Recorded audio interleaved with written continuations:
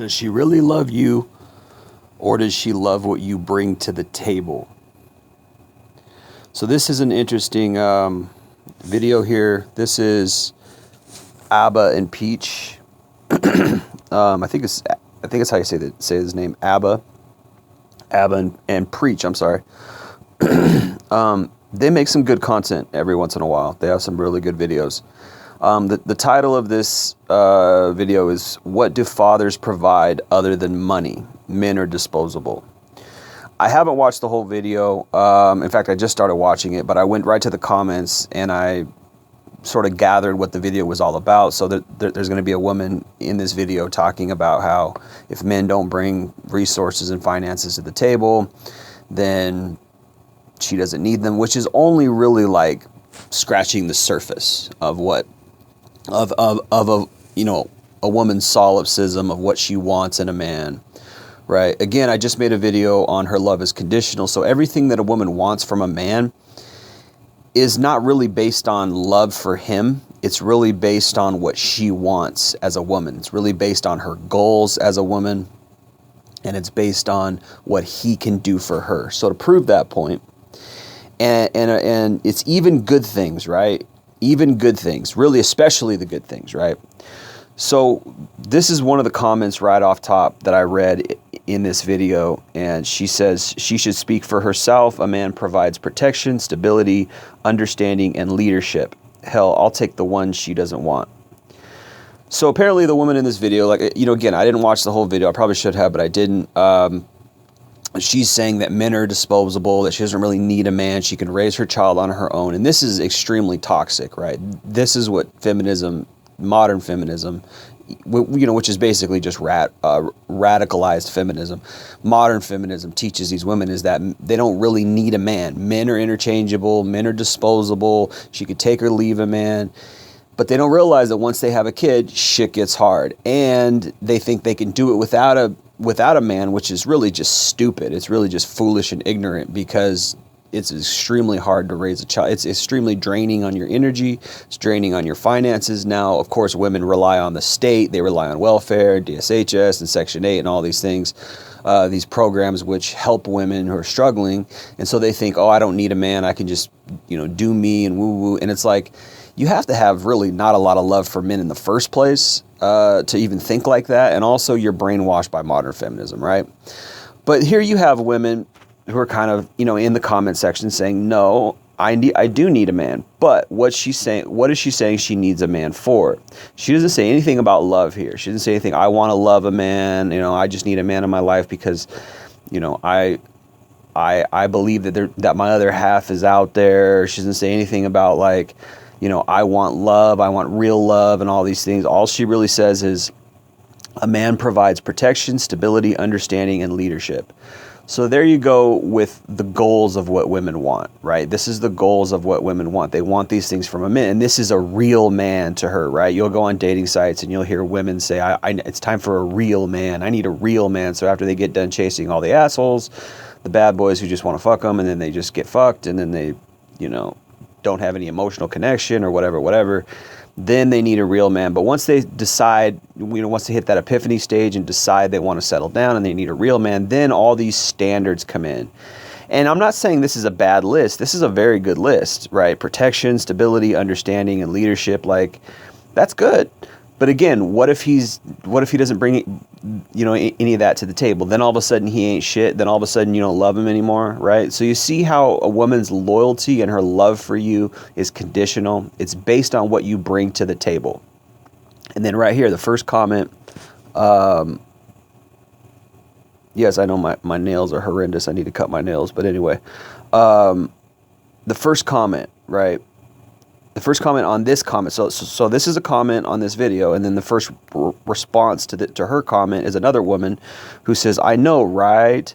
Like, money may be a factor for me, especially since I want to be a stay-at-home mom and would want someone who can provide. I mean, they all do. You all want someone who can provide. You all want a guy with money. Let's just be honest. I mean, that just goes without saying. You all want a man with money. And the woman in this video is complaining because she dated guys who didn't work or whatever, and now she thinks she doesn't even need a man because whatever.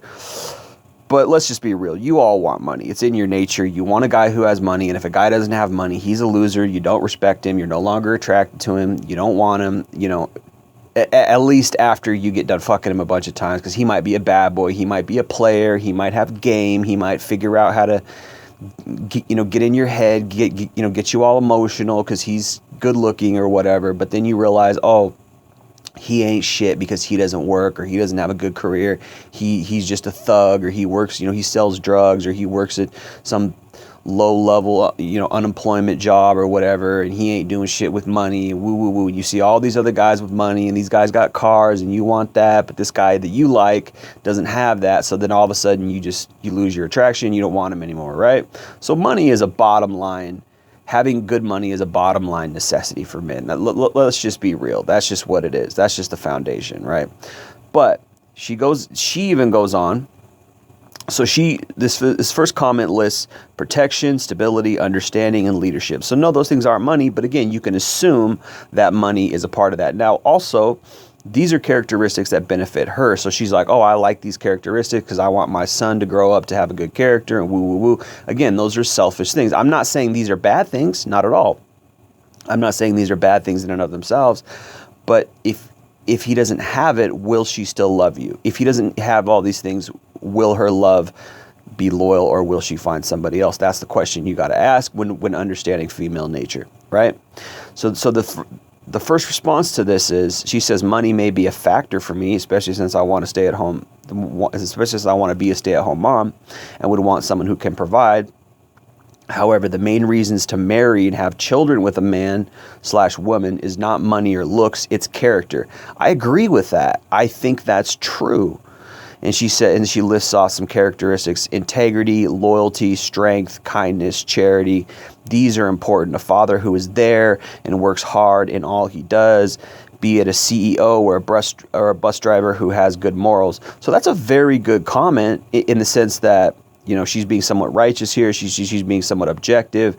She's not going after the CEO. She's saying, whether he has a lot of money or whether he has a regular, job or whatever, he needs to have good morals and character. That's a very good comment. But again, this is a list of conditional factors. What if he doesn't have these things? What if he's not always righteous? What if he's not always, moral, or what if he's not always honest and loyal and things like this? Now, you might say at this point, well, Jay, don't you say all that stuff about women? Don't you say women should have good character? Yes, I do. But I'm talking about female nature right here. I'm talking about the disposability of men and the interchangeability of men. Men are utility. If you don't do these things, well, although this is a fantastic list, this is a very good list, integrity, loyalty, strength, kindness, charity, that's great. But again, bottom line, when you love somebody, love transcends their faults. When you love somebody, you have to love them despite their faults. It just is what it is. So this is the conditional aspect of a woman's love. So say you're not all these things. So these are her standards. Now, this is very good standards, right? These aren't the most selfish of standards, and these aren't the most hypergamous of standards. These are this is quality. If I was going to have standards, I would list off a lot of these. This is one of the best lists I've ever seen for a woman. But my point is that if you don't have these things, she will leave you. She'll say, oh, he's not that good. He's not this. He's not that. She will leave you. And it's not that someone shouldn't leave somebody who's just a dirtbag. If someone's just a constant dirtbag, then yeah, you should maybe leave that person, maybe, but what if someone has faults? What if someone's not always, kind, or someone's not always strong, or someone's not always, faithful, or someone is not always truthful, or what, people have varying degrees of, consistency, right? So it's just these standards, it's just these conditions, and this is what it is. So it's you have to realize, she doesn't love you for who you really are. She doesn't love you despite your faults. She doesn't love you, with all your mistakes and all your flaws. She loves you for what you bring to the table. She loves you for all these great things that she thinks will transfer down onto her kids and blah, blah, blah. And it's yeah, those are good things, and they would transfer down onto your kids. But who are you really? what type of love does she have for you, really, I should say? Is her love eternal? Is her love enduring? Is her love... I mean, again, I always go back to 1 Corinthians chapter 13.